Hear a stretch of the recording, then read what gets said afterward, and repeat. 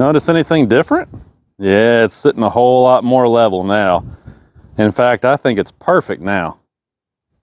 So if you look closely down in there, you can see right in here is where the spacer is. This is the MotoFab kit. I've actually had some MotoFab branded parts before that I had really good success with, and they're always priced very, very reasonably. So I went with that kit, excuse me, again this time, and it worked out great on the Super Duty, just like the success I've had with MotoFab stuff before. It all worked out great on the Super Duty as well. And you can see that basically this is extremely simple in how it works. You just put the spacer up underneath of the spring perch down there, and that's how you get the lift.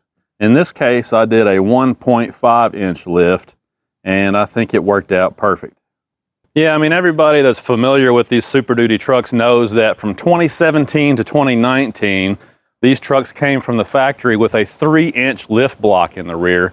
And so they sit up a lot higher than pretty much any other generation of Super Duty before it or after it. The 2020 and newer models, they only got like a 2-inch block in the rear, and they sit lower than these do. So not only did these trucks sit up really high from the factory, but there's also a tremendous amount of rake. I mean, every truck has a little bit of rake so that when you haul and tow, your truck still sits kind of level, you know, and your headlights are not shining up into the sky.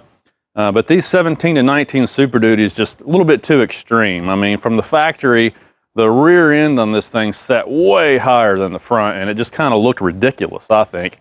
Looked like it was set up for sled pulling or something. So I couldn't decide if I wanted to raise the front of the truck a little bit or if I wanted to drop the rear of the truck a little bit. Honestly, it probably would have been more functional as far as using the truck if I had just dropped the rear down a little bit, because you know, the lower you make the bed, the easier it is to get in and out of there and get stuff. But on the other hand, raising the front ended up having an advantage also. So when I got this truck, as soon as I picked the truck up, I kind of looked around underneath of it, checking out the suspension. Just, you know, I never had an F-250 before, so I just kind of wanted to see, you know, how did Ford design the suspension? How does it look up underneath here? And one of the things I noticed right off the bat is that from the factory, these trucks don't have any down travel at all. And what I mean by that is the bump stop was like that far away from the axle. You had like maybe 2 inches, maybe, of space between the axle and the bump stop, which is ridiculous. I don't know why they would even design it like that. It makes no sense to me. But I remember looking at that and thinking to myself, that's really odd, you know.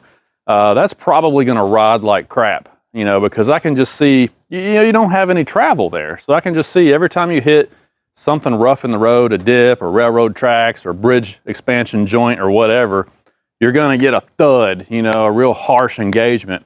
And sure enough, you know, I've been driving this truck for 4 months, and that's exactly what it's been like. The ride quality has been awful. It will beat you to death.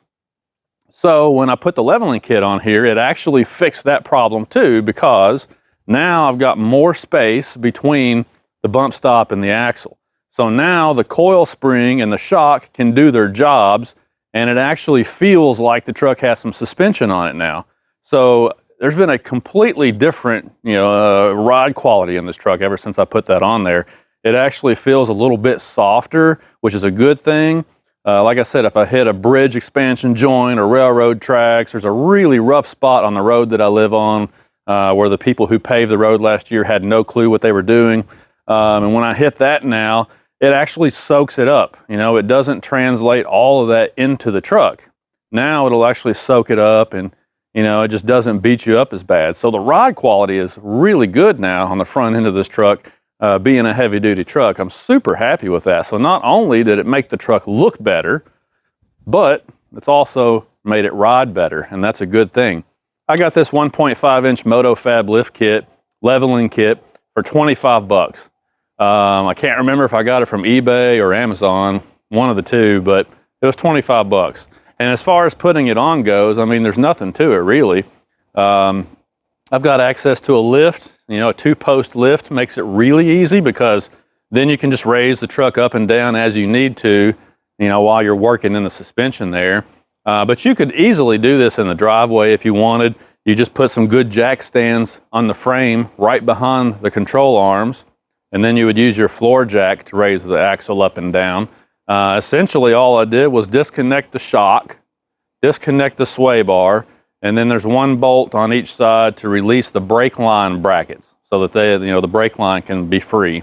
So there's just 3 points on each side that you have to loosen up, disconnect, and then the axle fell out enough to just pull the coil spring out, do what I needed to do, put the coil spring back in, and boom. I mean, we probably worked on that for like 30 minutes, tops, both sides. And we did go ahead and put some blue Loctite on the new bolt, because since you're spacing it out, you have to have a longer bolt. There is a bolt that holds that perch to the axle, but the MotoFab kit came with longer bolts. So we put some blue Loctite on there, zipped the new bolts in, and it was ready to go. Really one of the easier leveling kits that I've ever done. Now, if you've got a Chevy truck, it's even easier than that because they have torsion bars on them. So like my dad's GMC, he just went under there with a ratchet, and you can level the truck in just a matter of minutes. But aside from having torsion bars, these trucks are probably one of the easier ones I've ever done. So moral of the story is, if you got a 17, 18, 19 Super Duty, heck, if you've got any Super Duty, you ought to look into this. It's really a nice mod. Doesn't cost hardly anything, makes the truck look better, makes the truck ride better, and you can see probably that there's still just a little bit of rake. So I've got a little bit of extra height in the rear versus the front, which is what I wanted, because I do tow with the truck, so I want to hook my trailer up, it'll still sit fairly level. It just didn't need all of the rake that it came with from the factory. I still don't know why they did that. The front end was the same height as all the other trucks, but they jacked the rear end way up for some reason. I don't know. But anyway, just wanted to show you that real quick, super short video, but nice little mod that didn't take any time to do yesterday, and I'm really happy with it. There's lots of these kits. I'm not sponsored by MotoFab or anything. There's lots of brands of these kits out there.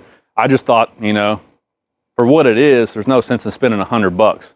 It's just a couple of spacers and a couple of bolts. So might as well go with something that works and doesn't cost much. All right, guys, thanks for watching. We'll catch you later.